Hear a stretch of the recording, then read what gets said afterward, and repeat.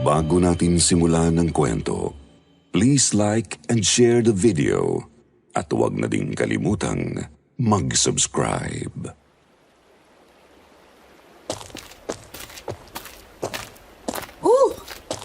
Dami naman itong mga labahin mo, Tinay. Eh kasi nga, ilang araw nang may sakit si Lola Auring. Todo bantay ako sa kanya. Kaya di ako nakapaglaban nung nakaraan. Eh, kumusta naman ang pakiramdam ni Lola ngayon? Ayos naman na siya. Maaliwalas naman ang itsura niya. Pero sinabihan pa rin namin ni Lolo na magpahinga muna. Huwag na munang tumulong sa akin sa paglalaba. Mahirap na't baka mabinat pa siya. Buti na lang talaga wala akong pasok sa palaisdaan ngayon. Matutulungan kita kahit papano. Yun na nga eh. O siya, sige na, magsimula na tayo para matapos tayo ng maaga. Uy! Anong tinitingin-tingin mo dyan? Tinay! Tingnan mo doon! Ha? Isan ba? Doon! Doon sa may bangka sa gilid ng pampang. Ano bang meron? Oh. Tao ba yan? Babae? Tara, bilis! Tulungan natin!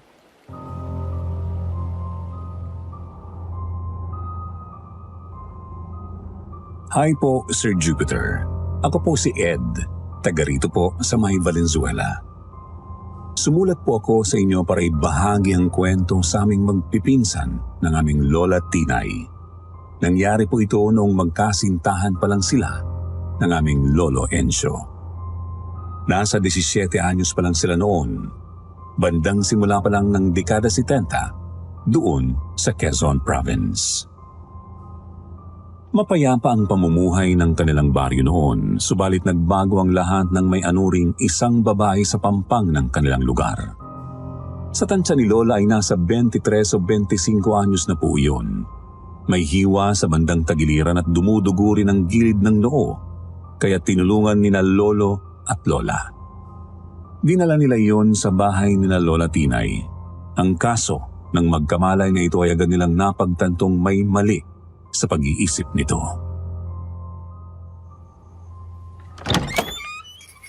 Oh, heto. Nakagawa na ako ng salabat na may kalamansi. Ipainom niyo sa kanya kapag nagising na siya, ha? Lola, hindi ba kayo dapat masyadong nagkikikilos eh? Baka mabinat kayo niyan. Magaling na ako, Tinay. Ang alalahanin natin itong babaeng to. Ay, sino kaya siya? Saan ba siya galing at bakit siya naanod sa ilog? Hindi ko sigurado, La. Pero mukhang turista yun eh. Yung damit kasi niya, katulad dun sa mga umaakyat ng bundok. Lalo na yung sapatos na naiwan pa sa kaliwa niyang paa. Sa totoo lang, yan din ang palagay ko, Encio. Ang tanong na lang ngayon, saan kaya ang mga kasama niya? Ang magandang gawin, ikausapin sina Kapitan. Sabihan natin sila na suyurin ang paangat na bahagi ng ilog. Eh baka sakaling may mahanap na kung anong palatandaan doon. Teka po, La. Mukhang nagkakamalay na po siya.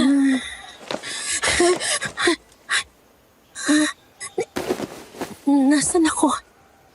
Sino kayo? Bakit ako? Aray ko. Sakit ang ulo ko. Teka ate, huwag ka muna masyadong gumalaw. Hindi pa magandang kalagayan mo eh.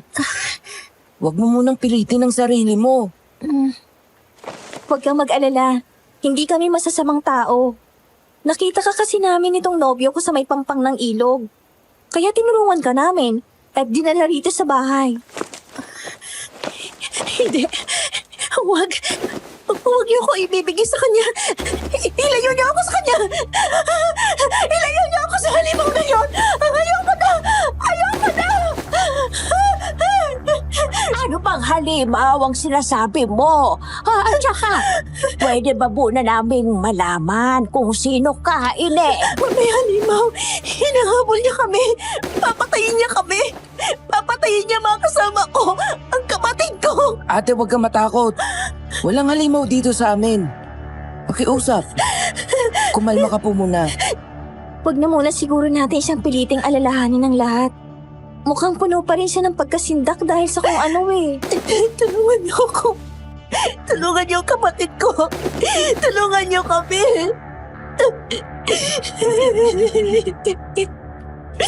Ineng, paano ka namin matutulungan kung hindi mo maisasalaysay ang lahat ng maayos?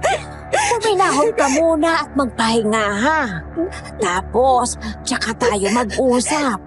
Ayos ba yon? Opo. Sige po. Sige. Ngayon, sabihin mo sa akin. Ano bang pangalan mo? Para man lang matawag ka namin ng maayos. Pangalan ko? Oo. Ano ang pangalan mo? Hindi ko po maalala pangalan ko. Naku, patay tayo dyan. Ang naalala ko lang... sakit ang ulo ko. Ate, magpahinga ka na muna. Inumin mo itong salabat at matulog ka ulit. Magluluto lang din muna ako ng hapunan. Huwag mong pilitin masyado ang sarili mo.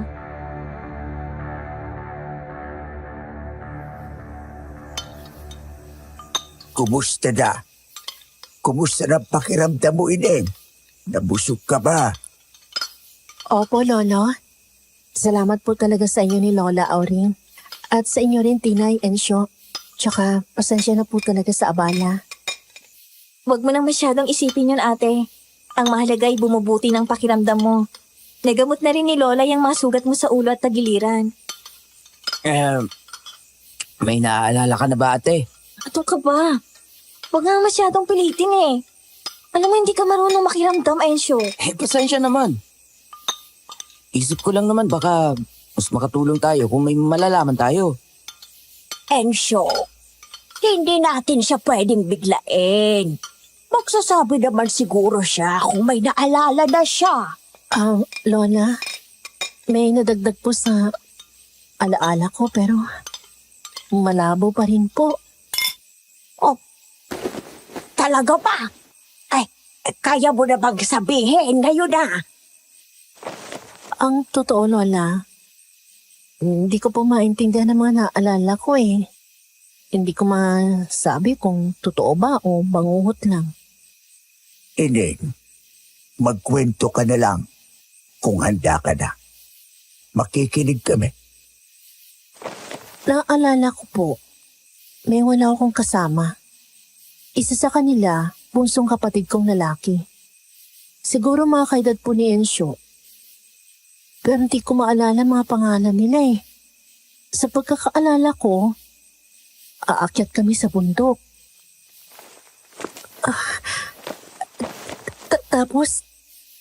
Tapos nung nagpapahinga na po kagabi, sinalakay kami. Ng mga ligaw na hayop ba, ate? Marami kasi talaga mga hayop gubat dun sa bundok eh. Lang aswang. Ha? Aswang? Seryoso? Totoo ba yung mga aswang na yon? Lolo? Lola? May aswang ba talaga dito sa atin? Naniniwala ako sa mga aswang. Pero wala pa naman akong narinig na may ganun dito. Kahit din sa bundok, wala rin. Ligtas namang nakakapanhik baba ang mga turista dyan eh. Hindi kaya dayo lang din yung aswang na yon, Lando. Yan ang hindi ko masasabi. Wala naman kasi akong alam masyado sa mga aswang. Ate, ano nangyari nang sinalakay kayo? Malabo na sa alaala ko, Tinay. Ang naalala ko lang, madilim at hinahabol kami.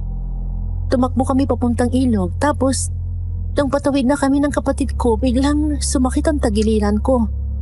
Di ko alam kung bakit. Tapos, nadulas ako at natangay ng tubig. Hindi ko alam paano ko sila mahahanap. Medyo mahihirapan tayo dyan. Una, medyo malayo na ang bundok. Malayo-layo na rin ang kailangang galugarin para mahanap sila. Hindi bale. Gagawa ako ng paraan. Bukas susubukan kong humingi ng tulong kina Kagawad at Kapitan. Tutumad yung aswang o hindi. Ang sigurado ay may mga tao pa roon sa bundok. At posibleng nasa alanganin ang kanilang mga buhay. May punto ka dyan, Lo. Kung ayos lang kasi sila, dapat nakababa na sila kanina. At may nabalitaan na tayong naghahanap dito kay ate. Kaso wala. O siya, sige na. Ituloy nyo ng pagkain at ang makapagpahinga na. Mukhang magiging mahaba ang araw bukas. Hindi mawala sa isip ni Lola Tinay ang tungkol sa aswang, Sir Jupiter. Alam naman niyang tungkol sa mga ganong halimaw.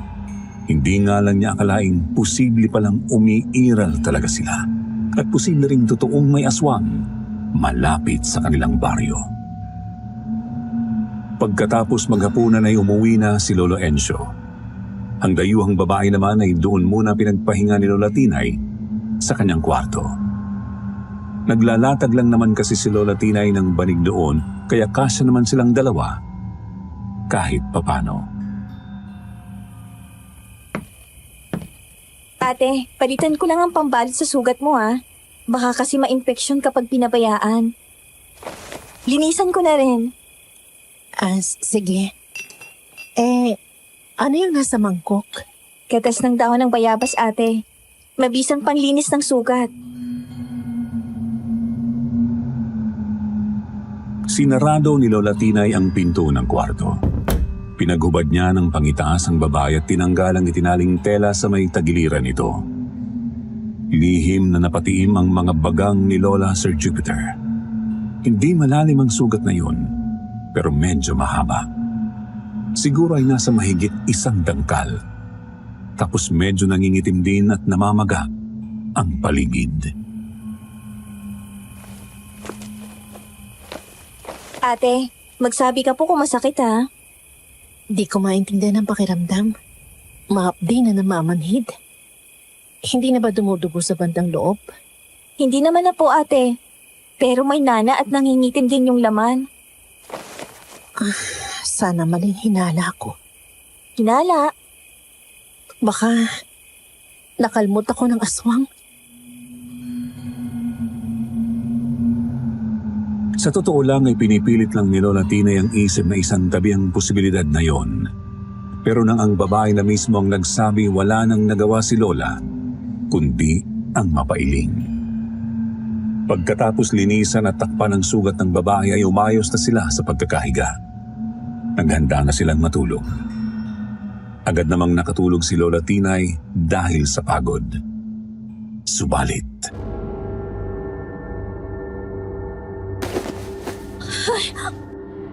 Nasaan ako? Anong ginagawa ko rito? Paano ako napunta rito sa gubat? Hindi. Panaginip lang to. Binabangungot lang ako. alam ni Lola Tinay na nananaginip lang siya. Ngunit kahit anong sampal at kurot niya sa sarili ay hindi siya magising-gising. Binabalot na po siya ng ilakbot. Nanginginig na ang kanyang kalamnan. Nagpalingalinga si Lola at natanaw niya ang napakasukal na gubat. Maraming malalaking puno at nagtataas ang mga damo. Alam niyang naroroon siya sa gubat ng bundok, ngunit kung saang bahagi, hindi niya masabi. May naririnig siyang lagaslas ng ilog, pero hindi naman niya iyon makita. Nasaan ba ako? Bakit ko pa napapanaginipan to? Oh, teka, ano yun? Napahinto sa paglalakad si Lola Tinay nang may matanaw siyang patag na bahagi ng lupa. Nasa paanan iyon ng isang putol na katawan ng malaking puno. Ang naiwang bahagi na lamang ng kahoy ay hanggang kita na lamang ng tao. Sa tabi ng kahoy na iyon ay may iilang mga tolda na nakalatag. Sa salitang Ingles pa, mga tent, tipo ng tent na ginagamit ng mga hikers. Napalunok ng laway si Lola Tinay. Nang makaipon ng lakas ng loob ay lumapit siya sa isa sa mga tent. Naaninag niyang may mga taong nakahiga o natutulog sa loob noon. Napaatras ng ilang hakbang si Lola at tuluyan siyang nahintakutan ng mapatingin sa madilim na bahagi ng kakahuyan.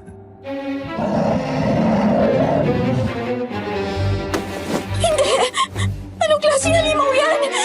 Hindi! Aswang! Aswang!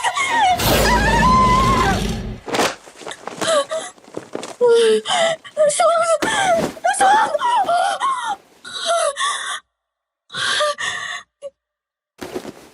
Gising na ako. Si ate. Asa na siya?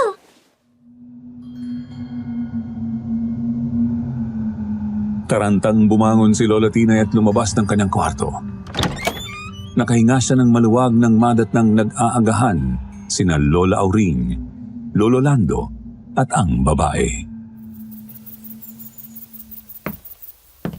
Oh, Tinay. Kasing ka na pala. Halika na dito at makapag-almusal na. Magkakape lang po ako, La. Ay, hindi pwede ang ganyan. Magiging abala tayo ngayong araw. Kailangan kumain ka ng maayos. Teka lang at ipaghain na kita ng kanin. Saan ninyo balak magsimula niyan, Lando? Yan ang hindi ko pa masasabi, Auring. Depende yan sa mapag-uusapan namin ni na Kapitan. Oo nga pala. Huwag niyong kalimutang magdala ng asin, ha? Mabuti nang handa kayo kung aswang nga yung naroroon. Salamat po talaga sa inyo, Lolo Lando. Naging abala patuloy ako sa inyo. Huwag mong isipin ang ganyan, Ineng. Oo, ginagawa namin to para tulungan ka. Pero kailangan din namin gawin to. Kasi baka nasa delikado na pala kami rito, nang di namin alam. Nakakatakot siyang aswang na yan. Hindi gaanong kumibo si Lola Tinay noon, Sir Jupiter. Hindi kasi niya maalis sa isip ang kakaibang panaginip. Gusto niyang magkwento pero hindi niya alam kung paano sisimulan. Nakaalis na lamang sila ni Lolo Ando na kasalubong si Lolo Encio at nakipag-usap kina Kapitan. Hindi pa rin nagkikwento si Lolo Tinay. Doon na siya kumibo nang maglakad na silang tatlo papuntang bundok. Mahanap niya talaga natin ang pakay natin, Lo. Encio, walang kasiguraduhan itong lakad natin. Pero kailangan pa rin natin magmakasakali. Isa pa, marami naman tayo. Sina Kapitan natin mapang mga grupo. Sa ibang mga dako papunta. Mas madali nating masusuyod ang bundok kapag ganito. Kung sa bagay, hindi naman pwedeng dumikit lang tayo basta sa ilog. Baka naman kasi nakalayo na ang mga kasama ni Ate Ron. Eto na, ikaw ba? Ano bang naiisip mo? Kanina ka pa walang kibo, ha? Ha? Ano kasi, may gumugulo lang sa isip ko. May napag-usapan ba kayo ni Ate kagabi? Nanaginip kasi ako kagabi. Masyadong kakaiba. Nakarating daw ako sa pinagpahingahang kampo ni na ate. Tapos, nakita ko rin ng aswang.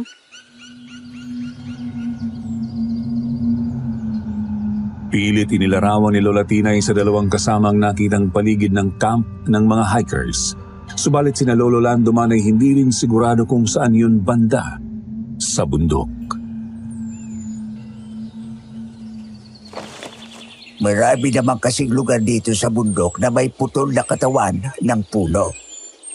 Mahirap masabi kung gaano kalapit sa katotohanan ang panaginip mo, Tinay. Yun nga rin ang iniisip ko, Lo. Ang ipinagtataka ko lang talaga, ba't ako na naginip ng ganon? Ituon na lang natin ang pansin sa paggalugad dito sa bundok, Tinay. Doon, mas mataas ang pag-asa natin kahit paano.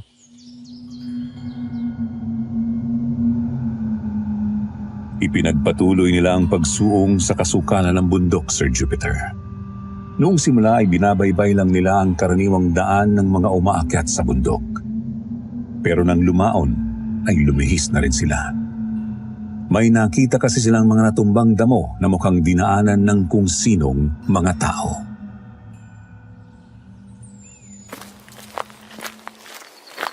Mag-iingat kayo. Baka may ahas sa paligid. Kinakabahan ako, Lo. Pakiramdam ko, may nagmamasid sa atin. Nararamdaman mo rin pala, Tinay? Ang totoo, pagkapasok natin sa talahiban, naramdaman ko na kaagad yan. Lo, ligtas kaya kung tutuloy tayo dito banda?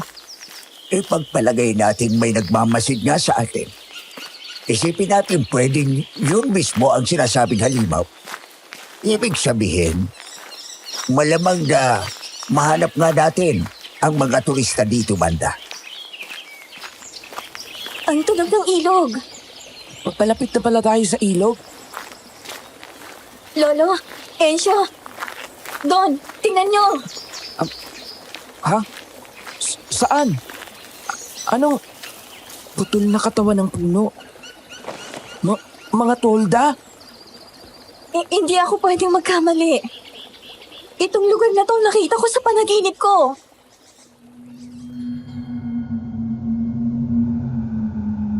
Mula sa damuhan ay natanaw nila ang isang piraso ng patag na lupa. May putol na kawayan ng kahoy roon at iilang mga tent. Kumabog ng malakas ang dibdib ni Lola Tinay. Di niya maisip kung paanong nakita niya ang lugar na yun sa panaginip bago pa man nila mapuntahan. Sigurado ka ba talaga, Tinay? Dito ba talaga yung nakita mo sa panaginip mo? Siguradong sigurado ako, Ensyo. Dito talaga yun. May mga tolda pa nga, di ba? Paano ko naman malalamang may mga ganito rito? Subukan natin galugarin ang paligid ng patag na piraso ng lupa. Pero huwag kayong masyadong lalayo o sumuot sa mga halaman at damo. Nagsimula silang galugarin ang paligid, Sir Jupiter. Nasa loob o tabi ng mga tolda ang karamihan ng mga gamit ng kung sino mang nagkampo roon. Subalit may kalat din ilang metro mula sa patag na bahagi ng lupa. Ang malala pa, may nakita rin silang konting mga bahid ng dugo sa lupa, damo at halaman. Sa daan papunta sa ilog ay may isang sapatos din na kahawig ng suot ng babaeng naanod sa kanilang baryo. Sigurado nga itong kapares ng sapatos ni ate. Nawawala ang isa niyang sapatos nang makita natin siya, di ba? Baka nandito nga lang sa paligid ang mga kasama niya kung ganon. Ang tanong, nasaan sila? Ano kayang nangyari sa kanila? Maliban sa mga gamit nila, puro bahid ng dugo ang nakikita natin eh.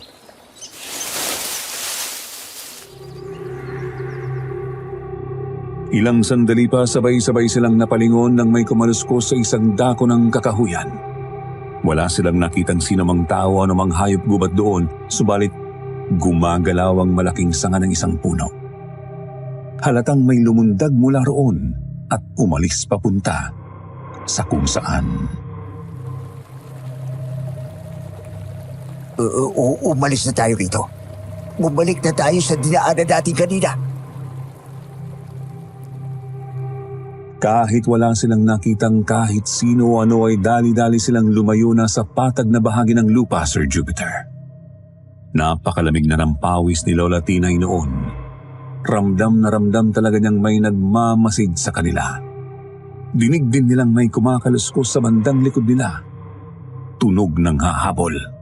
Pero wala namang naroroon kapag nililingon nila. Bilisan nyo, may humahabol sa atin. Hindi natin siya nakikita pero naririyan lang. Yang nilalang na yan. Lolo, ihanda niyo po ang asin na binigay niyo. Tinay!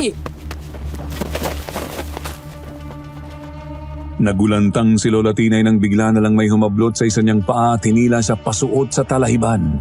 Napasubsob ang kanyang mukha sa mga damo at lupa. Sinubukan niyang kumapit sa mga damo ngunit malakas ang kung anumang humihila sa kanya. Tulong! Lolo! Ensyo! Saklolo! Tinay! Tinay! Bitiwan mo ang apo ko! Biglang pumailan lang ang napakalakas at garalgal na hiyaw ng magsaboy ng asin si Lolo Lando. Doon na rin nabitiwan ng kung sino si Lola Tinay at dali-dali naman siyang bumangon. Sir Jupiter, nahintakutan si Lola Tinay nang makita ang humablot sa kanyang paa. Tao, pero kulukulubot at bahagyang nangungulay berde ang balat. Pansin niyang mamahali ng pulang kamiseta nito at pantalong maong, batay sa tatak. Bagamat madungis na ito at may konting punit. Tinay, halika na! Muling sinabuyan ni Lolo Lando ng asin ng halimaw. Pinansalag nito ang isang braso ngunit umusok ang balat noon ng tamaan. Noon din po ay mabilis na itong sumuot sa damuhan at naglaho. Apo, kailangan mong magamot agad. May mga sugat ka. Umuwi na tayo. Apollo, Ensyo, tara na. Maging alerto tayo. Baka bigla na naman tayong lusubin ng halimaw na yon. Nakakatakot. Totoo nga may aswang dito sa atin.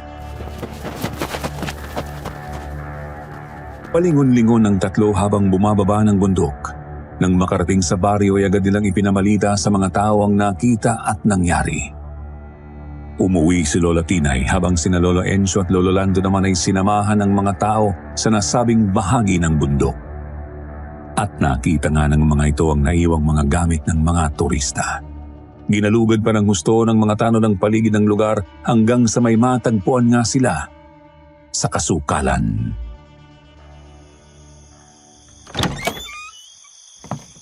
Oh, Lando, kumustang lakad nyo? Oh, ba't hindi maipintay ang mga itsura nyo? Ensyo, may nakita pa ba kayong iba ron? Nahanap namin yung mga turista. Talaga? Nasaan sila? Ang kapatid ko. Pasensya na, Ineng. Pero, patay na sila. Diyos ko. Sinundan namin yung mga bahid ng dugo. Hanggang sa mahanap nga namin sila sa iba't ibang bahagi ng gubat. May magkakasama. Meron ding nag-iisa lang. Ang pinagkapareho lang nila. Ano? Ensyo naman eh. Diretsuhin mo na nga. Lusog-lusog ang kanilang katawan. Daig pa nilang nilapa ng hayop gubat.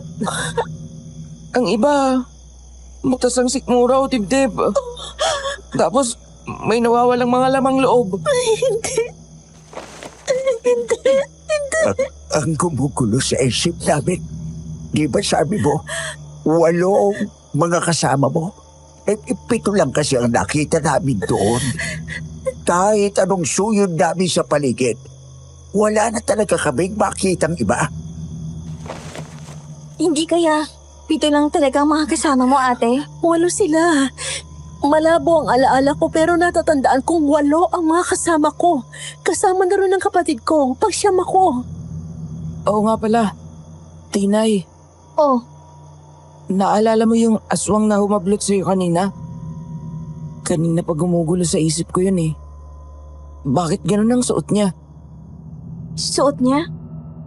Hindi kaya... Oo nga. Hindi kaya isa yan sa mga turista? Anong sinasabi niyo?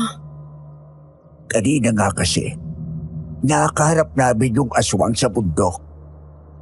Ang damit kasi niya parang mamahaling klase. Yung tipo na sa mga mamahaling tindahan sa bayan na bibili. Pulang kamiseta tapos pantalong maong. Hindi kaya isa yun sa mga kasama mo, ate? Ha? Paano naman mangyayari yon? Wala naman aswang sa mga kasama ko eh. Kami nga lahat nilusob nung nakaraang gabi. Tapos di ko naman nakitang ganun ang suot ng halimaw. Hindi kaya nahawaan ng pagkaaswang ang isa sa mga kasama mo? Nahawaan? Pwede po ba yun, Lola? Hindi ako sigurado, pero sa mga narinig ko ng kwento, nangyayari raw yun. Kung ganun, sino kaya sa kanilang nahawaan? Sa palagay ko, kailangan ko makita mga natagpo ang bangkay. Mukhang hindi magandang idea yan, ate. Baka sumakit na naman ang ulo mo eh. Makasama lang sa'yo. Alam ko, Tinay. Pero kailangan kong harapin to. Kailangan kong lakasan ang loob ko.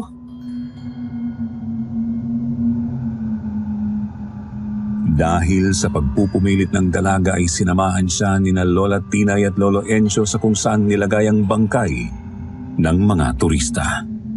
Doon po yun sa may plaza ng baryo. Pagdating nila roon ay nakita nilang nakabalot ang mga iyon sa nirolyong mga banig. Lakas loob namang lumapit ang babaeng dayo para isa-isang tingnan ang mga bangkay. Hindi. Sila nga ito. Bakit ba nangyari pa to? Bakit? Ate,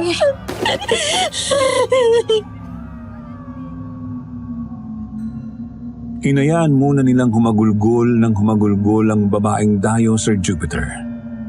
Nang kumalma na, doon na siya niyaya ni na Lola Tinay na bumalik na sa bahay. Kung ganon, kumpirmado yun nga mga kasama mo, Ineng. Mabuti naman at naaalala mo na sila.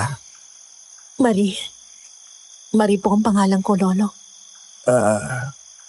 salamat sa Diyos at nanumbalik ng alaala mo, Ate Marie. Kasama po ba sa mga nahanap ang kapatid ninyo? Hindi. Wala roon si Ralph. Oh, Diyos ko. Hindi ko gusto ang naiisip ko. Ayaw ko may isipin pero mukhang ganun nga po, Lola. Posibleng siya mismo ang nakaharap ni Tinay sa bundok. At kung ba't siya nahawa ng aswang, hindi ko na po alam. Ano na pong gagawin natin, Lo? Huhulihin ba yung aswang sa bundok? Kailangan nating balaan ang mga taga-baryo. Baka pwedeng mahuli ng buhay yung aswang. Baka naman kasi may paraan pa para mawala ang pagkaswang ng kapatid nitong si Marie. Kita ni Lola Tinay ang matinding pagkabahala sa mukha ni Ate Marie. Gusto ni na Lola at Lolo Enzo na may gawin. Pero hindi naman sila sigurado kung ano. Noong gabing yun nga po ay hindi sila nakakain ng maayos dahil sa pag-iisip. Hanggang sa noong naghahanda ng matulog sina Lola Tinay at Ate Marie. Tinay, Po, Ate? babalik siguro ako sa bundok para hanapin si Ralph. Ate, napakadelikado ng iniisip mo. Hindi nga tayo sigurado kung makikilala ka ba ng kapatid mo. Isa pa, hindi pa maayos ang kalagayan mo. Hindi pa tuluyang gumagaling yung sugat mo sa tagiliran. Di naman kumikirot eh. Kaya ko naman na siguro maglakad ng mababa. Hindi ko lang talaga makuhang pumirmi dito nang walang ginagawa. Ate, naiintindihan kita. Pero hindi kasi talaga magandang balak na yan. Mahirap magpadalos-dalos. Sinong nasa labas? Gising pa ba sina Lola at Lola? Hindi sila yon. Napakabilis ng mga yabag noon. Bumangon si Lola Tinay at siniguradong sarado ang bintana ng kwarto. Hindi pa man siya nakakabalik sa tabi ni Ate Marie, nagulat na lamang silang dalawa nang biglang kumalabog ang dingding kung nasa ng bintana. Sinundan yon ng mga kaluskos sa kahoy na dingding. Napakabilis ng mga kaluskos na yon, Sir Jupiter. Animoy naghahanap ng malulusutan papasok ng bahay. Ralph! Ralph, ikaw ba yan? Sumagot ka! Ako ito!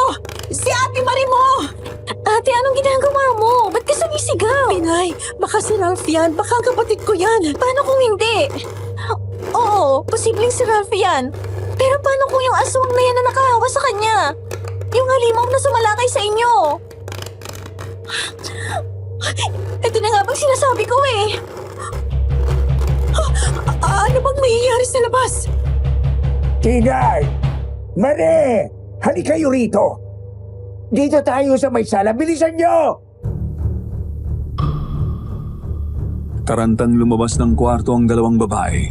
Pumunta sila sa sala kung nasaan sina Lolo Lando at Lola Auring. Lo, ano na pong gagawin natin? Manatili lang tayo dito sa loob, pero ihanda ninyo mga sarili ninyo. Yung asin, ihanda ninyo rin. Lolo, paano kung ang kapatid ko po yung nasa labas? Hindi ko pa alam kung anong mabuting gawin ni Neng. Ang akin lang, unahin muna natin ang kaligtasan natin. Sa silong ng bahay. Mukhang sinusundan tayo ng aswang ate. Dinig nilang may kung ano sa ilalim ng kubo, Sir Jupiter. Kumakaluskos iyon at umuungol na parang umaangil na aso. Nag-iingay din po ang mga manok na naroroon.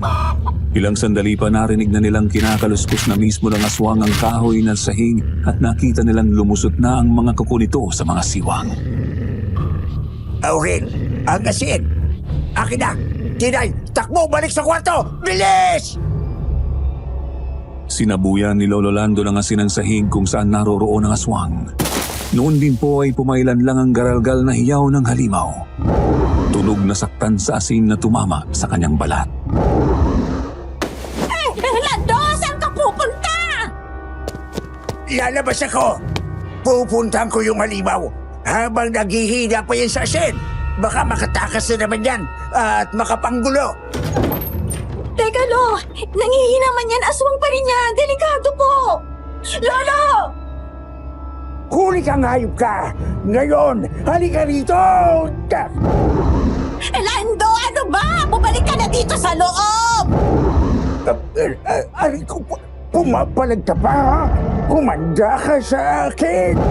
Lolo, halika na! Huli ka! Tinay, tulungan mo ko rito! Dali! Natatakot man ay lakas loob na lumabas si Lola Tinay. Nakita niya roong duguan ng isang braso ng kanyang Lolo Lando, subalit tinatali na nito ang mismong aswang na humahablot sa kanya sa damuhan. Ganun na rin po ang damit nito, pulang kamiseta at pantalong maong. Subalit nagtaka si Lola nang mapansing unti-unting nawawala ang pagiging kulay berde ng balat nito. Unti-unti itong nagiging itsurang tao.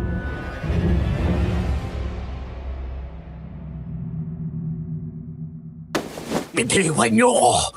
Pakawalan niyo ko! Lolo, nahuli niyo po! Bilisan mo! Itali mo siya ng maigpit habang pinipigilan ko! Itali mo! Ralph! Ikaw nga! Ano bang nangyari sa'yo? Diyan ka lang gineng. Kapatid mo to pero kailangan muna natin siyang igapos. Wala pa siya sa kanyang sarili. Inaladkad ni na Lolo Lando ang nahuling aswang papasok ng kubo. Pagkatapos ay tinali nila iyon sa isa sa mga matitibay na haligi. Tuloy-tuloy lang din ang pagsasaboy ni Lola Aurin ng asin sa kanilang nahuli. Naglagay pa sila ng dinikdik na bawang sa malapit upang tuluyan itong manghina. Diyos ko! Ralph, ano bang nangyari sa'yo? Ba't ka ba nagkaganyan? Ate, ikaw pa talaga yan. Kawalan mo ako rito. Uwi na tayo. Sige na po. Pagod na ako. Ayoko na. Pasensya na pero hindi pa pwede. Hindi ka pa pwedeng basta kalagahan. Wala ka sa sarili mo, Ralph. Naging aswang ka na. Napakawalang kwenta mong kapatid. Hindi ka ba naaawa sa akin? Hayaan mo lang ako ng ganito ko. Maniwala ka. Masakit sa akin na makita kang ganyan. Pero hindi ka pa talaga pwedeng makawala eh. Wisit ka. Ralph! Ralph, ayos ka lang! Ralph! Nawala ng malay, pero may nararamdaman pa akong pulso. Mukhang nahimatay lang itong kapatid mo, Ineng. Alam ni Lola Tinay na nasasaktan si Ate Marie sa kalagayan ng kapatid nito. Kaya naman niyaya muna niya ang dalaga na pumasok sa kwarto.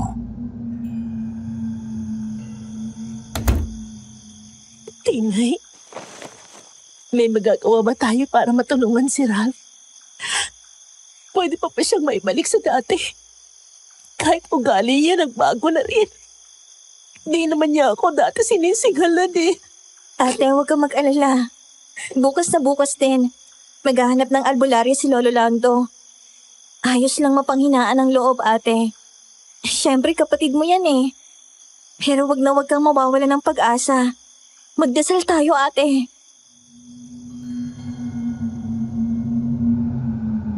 Muling lumabas si Lola Tinay para magsaboy ng asin sa paligid ng bakuran. Pagkatapos, pumasok na siya sa bahay at sinarado nilang maigi ang pinto at mga bintana. Hindi sila makatulog, kaya naghintay na lang silang sumikat ang araw. Binabantayan din nila ang nahuling kapatid ni Ate Marie. Ipinagpasalamat na lang nilang wala itong malay sa buong magdamag. Nahuli ninyo ang aswang. Lolo naman, napakadelikado ng ginawa ninyo. Kung pumalya kayo, malalagay sa alanganin sina Tinay at Lola Auring. Kung hindi naman ako kumilos, babalik lang din niya para manggulo. Baka sa susunod, mawala na tayo ng pagkakataon. Nandiyan na yan, Ensyo. Nangyari na ang nangyari. Magpasalamat na lang tayo at umayon sa atin ang pagkakataon. Hindi kaya yan magwala at makapanakit kapag nagising? Binudbura na namin ng maraming asin at dinikdik na bawang itong sala. Kaya nanghihina pa siya. Balak ko ring umalis ngayon para maghanap ng albularyo. Siguro, pupunta ako sa bundok Banahaw. Nagigising na siya. Ralph, ako ito, si ate mo.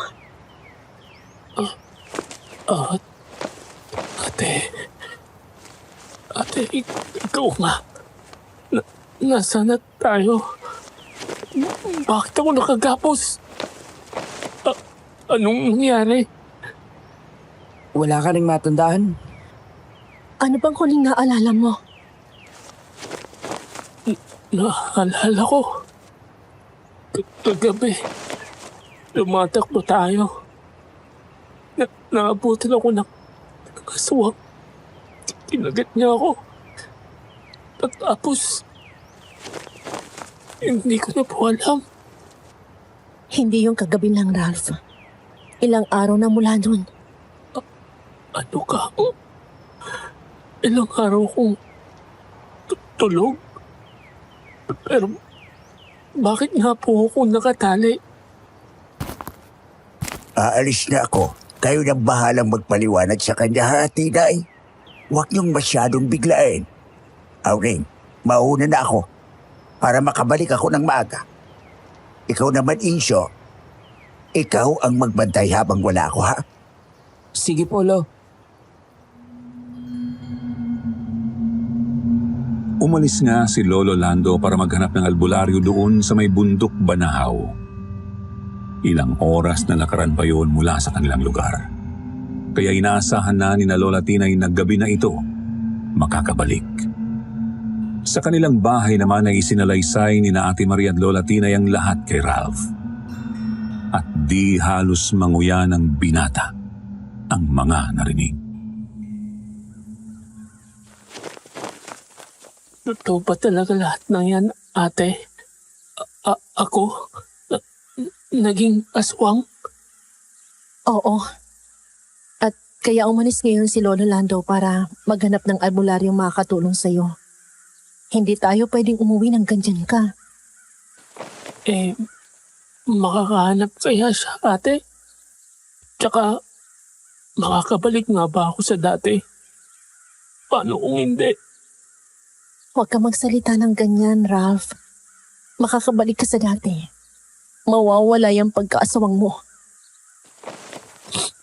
Ate, kung sakaling hindi ako maging purong tao ulit, patayin niyo na lang ako. Ralph naman eh. Makakabalik ka sa dati at uuwi tayo sa atin. Yun ang isipin mo. Ray, biglang sumakit ang ulo ko. Ralph? Ralph? Rap, napalo ka. Nilalagnat ka. Tinay, kumuha kayo ni Ensyo ng sariwang tubig galing sa ilog. Punasan natin tong binata. Sige po, Lola. Hindi malaman ni na Lola Auring ang gagawin. Hindi kasi nila pwedeng basta na lang painumin ng halamang gamot si Ralph dahil nasasaktan ito. Kaya wala silang magawa kundi ang punasan lamang ito ng sariwang tubig galing sa ilog at maghintay na dumating si Lolo Lando. Gumulong ang mga oras. Pataas ng pataas ang lagnat ng binata. Namumutla na rin ito at nangangatal. Pansin din ni Lolo Enzo na napapatitig ito kay Lola Tinay o Ate Marie, tapos naglalaway. Ralph? Bakit parang kakaibang titig mo kina Ate Maria at Tinay? Hindi ko alam. Naglalaway ako, Enzo. Natatakam ako. Ate Marie, ipitan niyo pang pagkakagapo sa akin at lumayo kayo sa akin. Nawawala na naman ako sa sarili ko. Tinay, pumunta ka sa bahay. Humingi ka ng lambat at lubid kay tatay. Hindi ako pwedeng basta umalis dito. Kailangan kong bantayan at pigilan si Ralph kung sakali.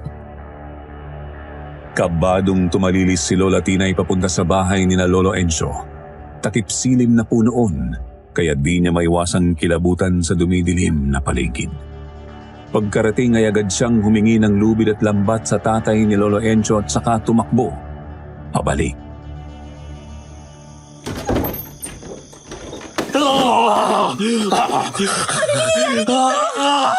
Akin ang lambat at lubid, bilis! Hawakan mo siya maigi! Tinatali mo siya! Ran, kumalma ka! Labanan mo ang bulong na aswang sa kalooban mo! Walang iya kayo. Pakawalan niyo ako rito. Pakawalan niyo ako. Auring! Nandito na ako. Buksan niyo ang pinto! Auring! Auring! Si Lolo! Andiyan na! Ako na magbubukas! Huwag kang papasok. Diyan ka lang. Umalis ka. Lumayas ka. Masyado siyang malakas!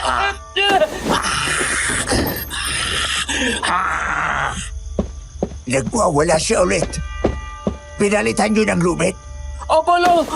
Konti na lang kasi mapuputol na yung pinagtali ninyo eh! Ito ba kamo ang nahawahang binata, Lando? Oo, siya nga.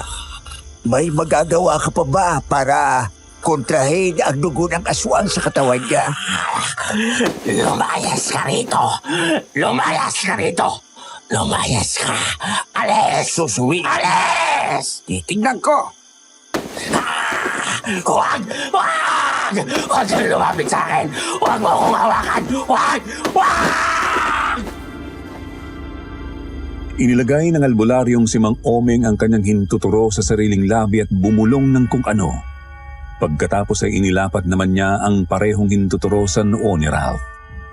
Sir Jupiter, laking gulat ni na Lola Tinay nang bigla na lang nangisay ang binata. Tumirik ang mga mata hanggang sa bigla na lang itong nawalan ng malay.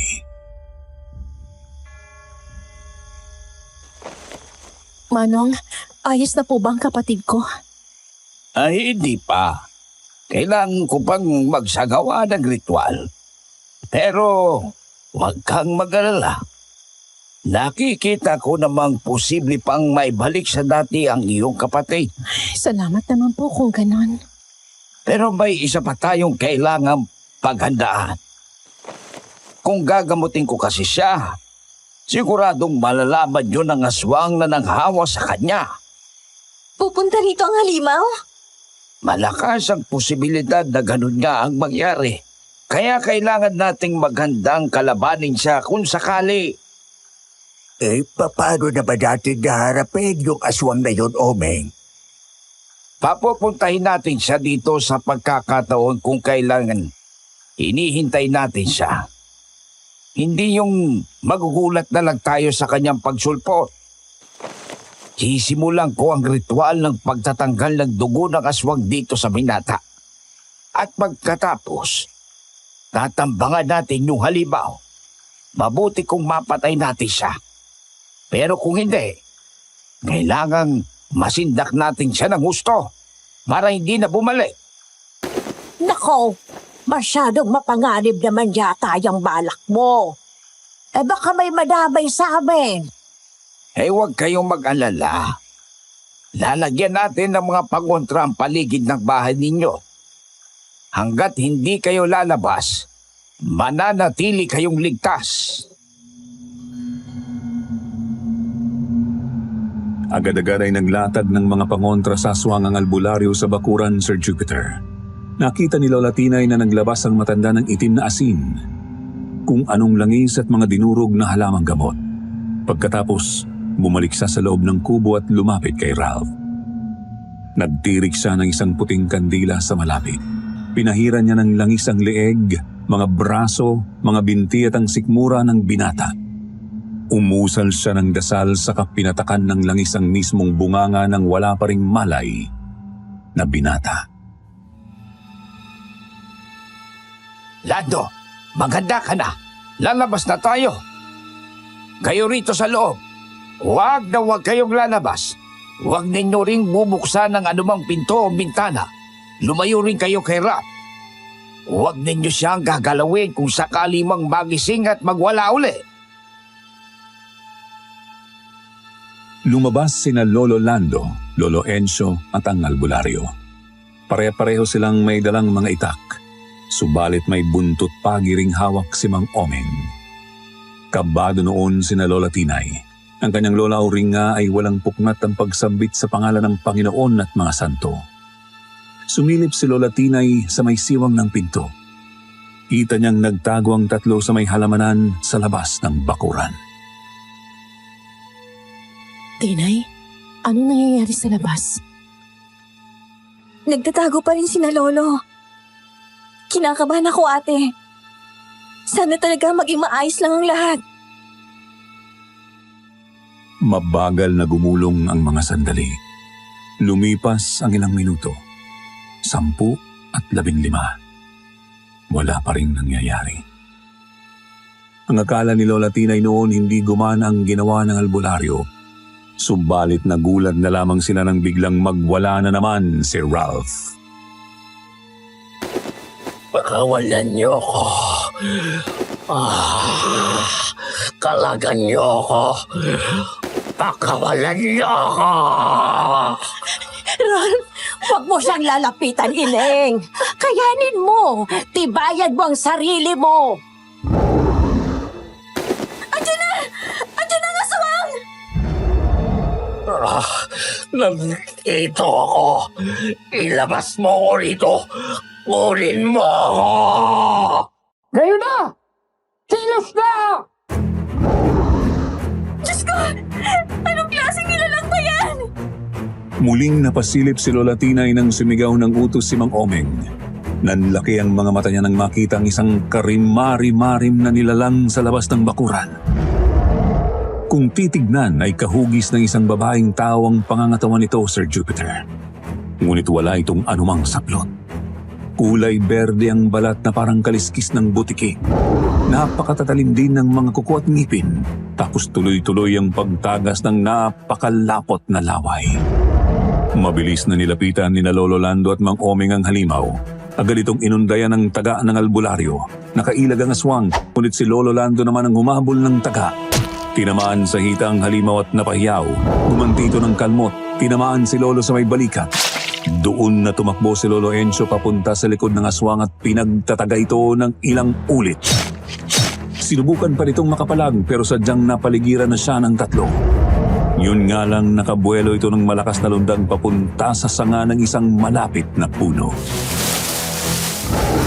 Tatakas ka pa, ha? Heto sa iyo! Hinagupit ni Mang Omeng ng buntot pagi ang aswang na nasa sanga. Tinamaan ito sa binti at bumagsak sa lupa. Subalit agad itong nakabuelo at lumundang patras. Sinubukan pa itong habulin ni Lolo Lando. Ang kaso, nagawa na nitong makalayo.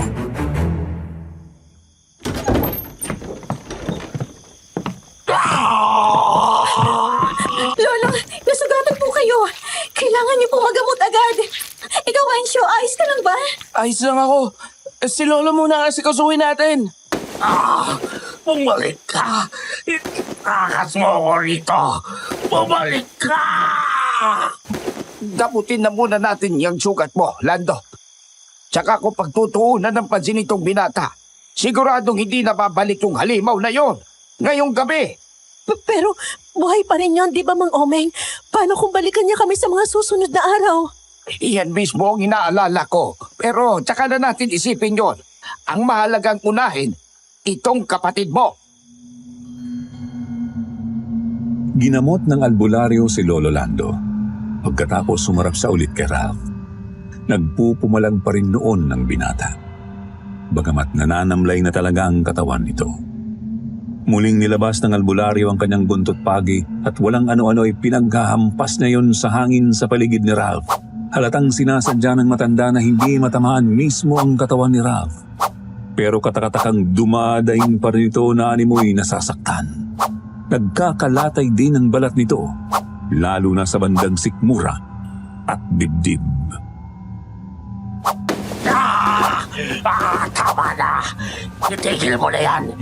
Tigilan mo na! Tama na! Ayoko na! Ayoko na! Alisin mo yung kapit mo sa binatang ito! Pakawalan mo na si Roth! Ngayon na!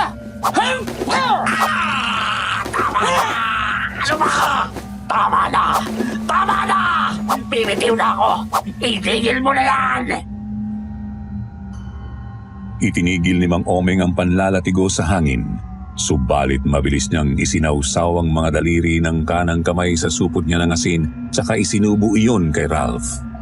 Lalong nagwala ang binata, ngunit kapansin-pansing hindi niya maikagat ang mga ngipin sa mga daliri ng albularyo.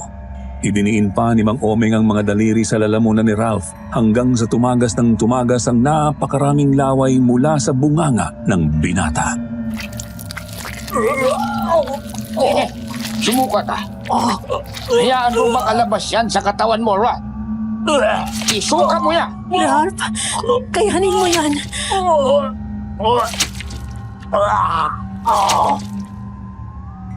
Sumuka ng sumuka si Ralph, Sir Jupiter. Napakarami raw po nun, kulay berde na medyo manilaw-nilaw. May sumasama ring patay na dugo. Sumuka siya ng sumuka hanggang sa may inalabas siyang kulay itim na buo. Sabi ni Lola, kamukha raw iyon ng dilaw ng itlog ng manok pero kulay itim. Mas malaki rin ng konti, tapos gumagalaw-galaw. Walang ano-ano ay agad yung pinulot ng albularyo at saka inilagay sa garapong may langis. Doon din mismo ay kinuha niya ang nakatirig na kandila para silaban ang loob ng garapon. Agad-agad ay umapoy iyon at umusok ng napakakapal. Napakabaho rin na animoy sinusunog na plastic.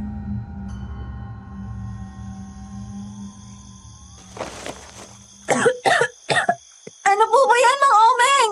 Ay, iyan yung pula ng aswang sa loob ng katawan netong sila. Mabuti na lang at hindi pa yan nabubuo.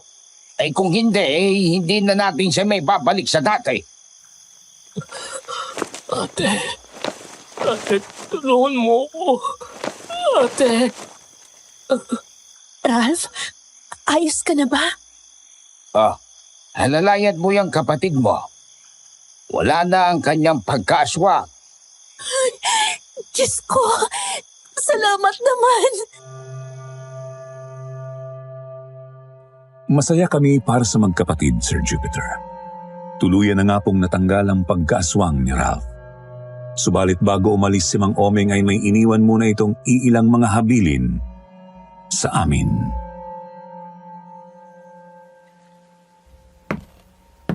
Alam na nating buhay pa ang aswang. May posibilidad ng bumalik yon at manggulo na naman. Kailangan ninyong maglagay palagi ng mga pangontra sa paligid ng inyong bahay bago gumabi. Doblehin ninyo pa ang pag-iingat kapag bilog ang buwan.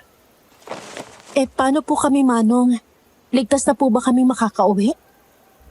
Kailangan ninyo munang magpahinga ng mga 1 linggo rito. Tapos, saka na kayo bumiyahe. tandaan nyo rin, maaari kayong sundan ng aswang kahit sa malayo. Kaya tandaan din nyo rin ang mga pangontrang sinabi ko. Mas mabuti sana yon kung tatawid kayo ng dagat at mananatili sa ibang lugar sa loob ng ilang taon. Yun kasi ang siguradong paraan para hindi na kayo habulin ng isang aswang. Baka matagalan pa bago kami makatawid ng dagat. Kailangan pa po namin magpaalam sa mga magulang namin eh. Baka sa susunod na buwan pa siguro. Kung ganito kaya ate, samahan muna namin kayo ni Ensyo. Ayos kaya sa inyo yon? Teka nga, saan bang bahay ninyo ate? Sa may Laguna. Laguna lang pala eh. Malapit lang yan, di ba Ensyo? Oh, basta ba, hindi ako sasagot sa pamasahe ha? Salamat talaga sa inyo. Tinawagan ni Ate Marie ang mga kamag-anak ng kanilang mga kasamang napatay ng aswang. Nahirapan silang magpaliwanag sa mga ito. Buti na lang at nakaisip ng dahilan si Lolo Lando. Pinalabas nilang sinalakay ng mababangis na mga hayop ang kampo ng mga turista. Nahirapan namang maniwala ang mga ito. Subalit wala naman silang pwedeng sisihin. Matindi nga naman ang sinapit ng bawat bangkay. Hindi mo talaga maiisip na kung sinong kriminal lang ang gumawa. Makalipas naman ng isang linggo ay tuluyan ang nakarecover sina Ralph at Ate Marie. Nakapagpasya na rin silang uuwi na ng Laguna. Yun nga lang, hindi pa pala doon natatapos ang kanilang kinakaharap na kilabot.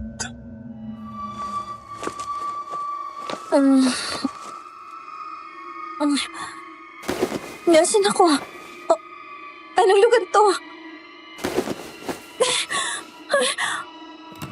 Saan bahay to?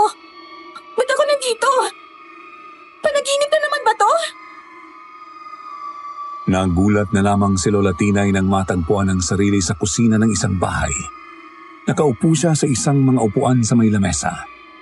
Hindi pamilyar sa kanya ang bahay na yon. Pansin niyang mamahali ng mga gamit na naroroon. May tinatawag pa nga raw na oven na hindi pa ganun kauso noong dekada 70. May nakita rin siyang kulay orange na pansit sa hapag. 4 na plato ang nakahain at may isang malaking mangkok na may laman ding ganoon. Hindi niya alam ang tawag doon dahil wala namang ganoon sa kanilang baryo. Ginusot ni Lola ang mga mata, tuluyan siyang tumayo. Nagpalinga-linga habang nakikiramdam sa paligid. Pansin niyang napakabigat ng hangin. Lumakad siya papuntang sala. Kaninong bahay ba kasi to?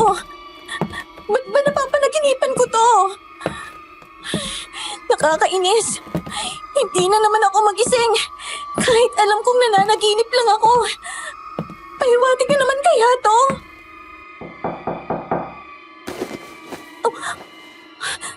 May kumakatok. Sino yan? Sir Jupiter na palingon si Lola Tinay sa pinto ng sala. Kumabog ang kanyang dibdib. Lumapit siya roon, tuloy-tuloy lang ang pagkatok ng kung sino sa labas. Akma na niya sanang hahawakan ng seradora. Pero pagkalapat ng kanyang kamay roon ay bigla na lang siyang nagising.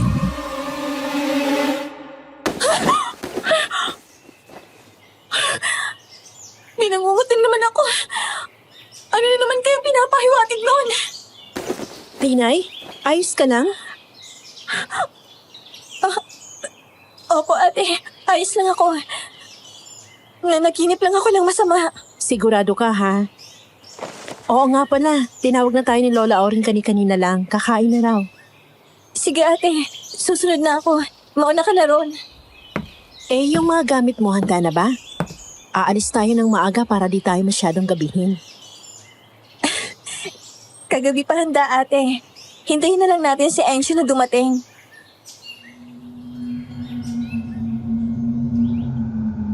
Gumulo sa isip ni Lola Tinay ang napanaginipan noong gabi bago sila babiyahe pa Laguna. Subalit dahil hindi pa siya sigurado sa ibig sabihin noon, hindi muna niya iyon binanggit sa kahit sino. Ayaw niyang makapagdulot ng takot ng di oras. Ano? Handa na kayo? Ate Marie? Kuya Ralph? Oo, handa na. Ano? Tara na! Alis na tayo. Baka matagalan tayo sa daan. Maglalakad pa tayo pababa ng bayan eh. Sige na po, Lola Auring, Lolo Lando. Magpapaalam na po kami. Maraming salamat po talaga sa inyo. Huwag po kayong mag-alala. Dadalaw-dalaw naman po kami. Walang ano ba yun, Inay? Mag-iingat kayo palagi, ha? Yung mga pangontra ninyo, andyan na ba? Andito na po, La. Handa na po ang lahat. O siya, sige na. Mag-iingat kayo sa biyahe.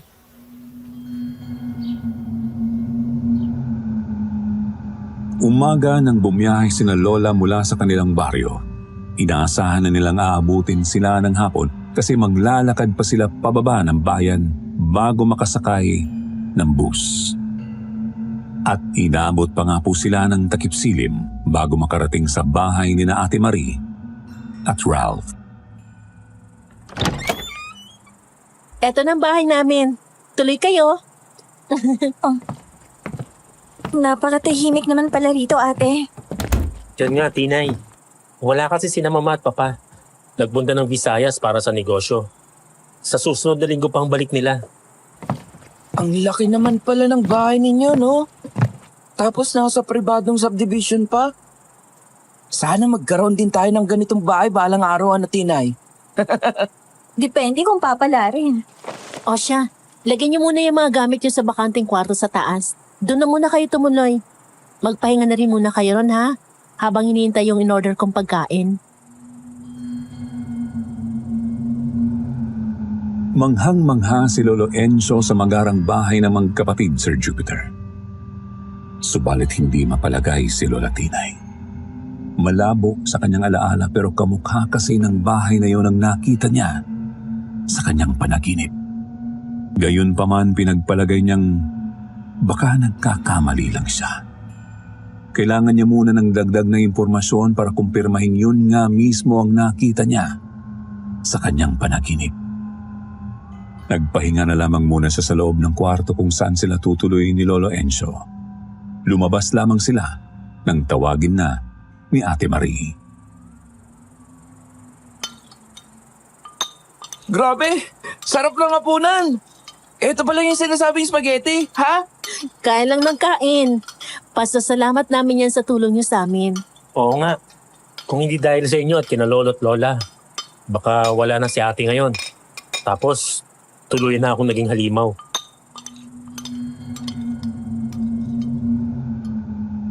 Sir Jupiter, nabalisa si Lola nang makita niya ang kulay orange na pansit. Inilagay iyon ni Ate Marie sa malaking mangkok, saka sinandukan ang 4 na plato. Tig-iisa sila. Napalingon din siya sa isang dako ng kusina at nakita ang isang dekuryenteng oven. Tama na nga yung pasasalamat ninyo sa amin. Ayos na po yun. Ginawa lang namin ang nararapat. Mabuti na lang din. At ligtas naman tayong nakarating dito sa inyo. Tinay, may problema ba? Ba't parang namumutla ka yata? Ha? Ano kasi, kuya? Hindi maganda ang kutob. May tao? Sino kaya yan? Teka ha. Pagbubuksan ko. Kuya, wag! Ha? Bakit naman? Hindi magandang palagay ko sa katok na yan. Yan mismo ang dahilan kung bakit masama ang kutob ko rito sa bahay nyo. Kakaiba nga, kuya. Natataas ang bakod ninyo rito. Sinarado niyo rin yung bakal na gate kanina.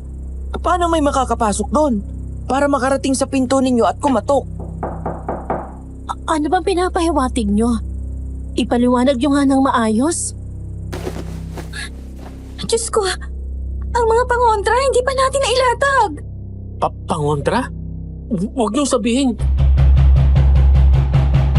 Tumigil ka na! Hindi kami natatakot sa'yo! Alam naming ikaw yan, demonyo! Wala kang maloloko rito! Lumayas ka na! Sir Jupiter, nilamon na ng magkahalong pagkabahala at kilabot si Lola Tinay noon. Tumugma na naman po kasi ang kanyang panaginip. Ang matindi pa, nakita niya ang isang lugar na hindi pa niya kailanman napupuntahan. Ralph, tawagan mo ang security, bilis. Siguradong andyan lang yung aswang sa labas. Sige ate, sasabihin ko lang may nagtatangkang manloob dito sa bahay. Teka kuya, magdala ka ng itak o kutsilyo. Malamang niya ikaw ang sinundan ng hayop na yan eh. Buti nang handa ka kapag sumala ka yan. Kunin ko lang po ang mga pangontrang bigay ni Mang Omeng. Nasa mga bagahe namin sa kwarto. Diyos ko, takbo sa taas! Bilis! Tinay! Yung garapon ng asin, kunin mo! Lalo silang nahintakutan ng marinig nilang nabasag ang bintana sa may sala. Sinundan iyon ng karimari-marim na tungal ng halimaw. Katabi lang ng bukana ng kusina ng hagdan. Kaya naman taranta silang pumunta roon para makakyat sa ikalawang palapag ng bahay. Subalit, hindi pa man sila nangangalahati sa hagdan ay agad nang nakarating sa bandang baba ang kaliskising halimaw. Kuya Ralph! Sa likod mo! Hindi mo na ako makukuha ulit! Halimaw! Hahablutin na sana ng halimaw ang isang paa ni Kuya Ralph. Mabuti na lang at agad niya itong nataga ng dalang kutsilyo. Agad ding kumilos si Lola Tinay. Sinabuyan niya ng asin ang aswang kaya ito napatras ng bahagya.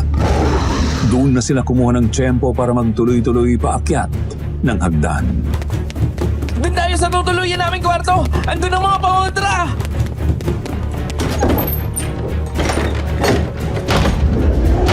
Tinay, bilisan mo! Baka masira niya tong pinto! Sandali lang!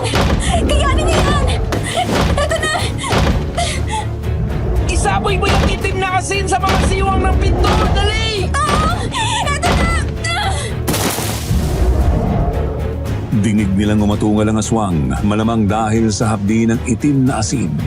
Narinig din nilang lumakad ito palayo ng kwarto. Kinuha nila naghahanap yon ng ibang madadaanan. Papasok. Saan kaya pupunta ang demonyong yun? Maghahanap ng ibang malulusutan malamang. Teka, Ang bintana! Ako na magpapahid ng pangontra dyan! Papahiran na sana ni Lola Tinay ng pangontrang langis ang bintana nang bigla namang lumusot mula roon ang braso ng aswang. Tinay, halika! Lumipat tayo ng mapagtataguan! Bilisan nyo! umalis na naman siya. Mukhang susundan na naman tayo nun.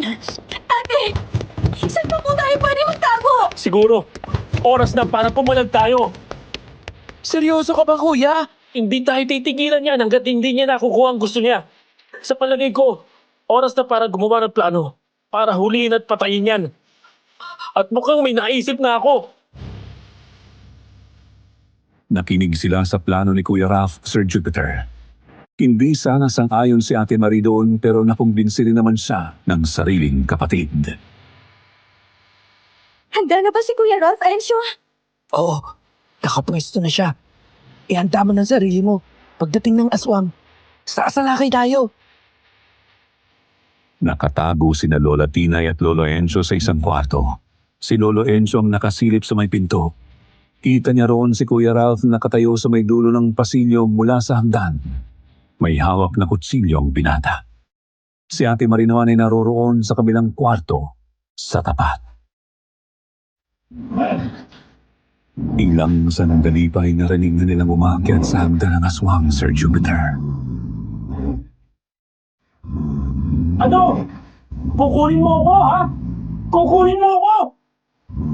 Pwes! Subukan mo kung kaya mo! Mamamatay muna ako bago ka magtagumpay sa balak mo! Ayan na, Tinay. Lumapit ka! Gusto mo akong kunin? Di ba?